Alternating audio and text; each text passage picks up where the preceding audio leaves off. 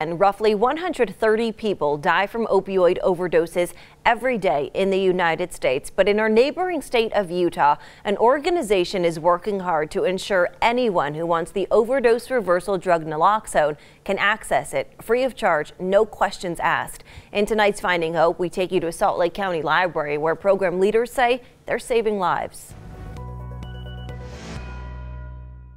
This one is on recovery, chicken soup for the recovering soul. Before you even step foot inside a Salt Lake County Library, you're reading. The community loves it. Not a newly released novel, but in-your-face displays educating the public about opioids. We want to make sure people know that we want them alive and well. But the county's efforts to combat opioid abuse don't stop there. They started first by equipping library staff with knowledge about addiction and training to assure librarians could jump into action in the case of an overdose at the library.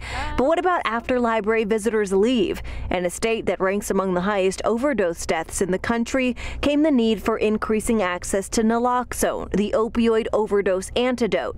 And what better way to access the public than the public library? Anybody can walk into any of the Salt Lake County Library branches, and in a matter of minutes, no questions asked, they can walk out with a life-saving naloxone kit. As long as there's not a line, they could walk right up and walk right out, and they can take two if they need to. And although it's no questions asked, if they do have questions, they're in the right place. So we have people whose job is to connect you with accurate, credible information and resources. Anyone can administer naloxone. And then this is where the actual prescription is. This sheet tells them how to do it. And many who stop in are opening up to share their concerns for a loved one with librarians. We see grandparents, we see moms, we see friends of someone who maybe is struggling. We have had kids come in whose parents unfortunately have a substance use disorder, and those kids have witnessed enough that they know that they need to have a naloxone rescue kit for their parent. The project was the brainchild of Dr. Jennifer Plum, who, along with her brother, founded Utah Naloxone, inspired by the heroin overdose death of their brother.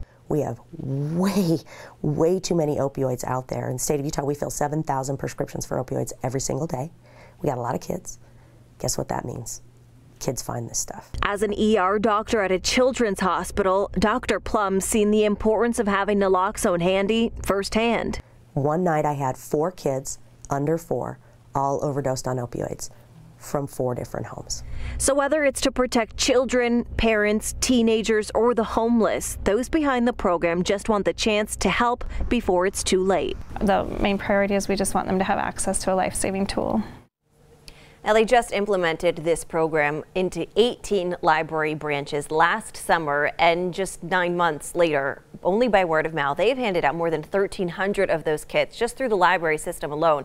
Now, tomorrow morning on Good Morning Idaho, we'll have much more with the founder of Utah Naloxone and details on how Utah legislators made it legal for individuals like librarians in the state to distribute naloxone to anyone who needs it without a prescription.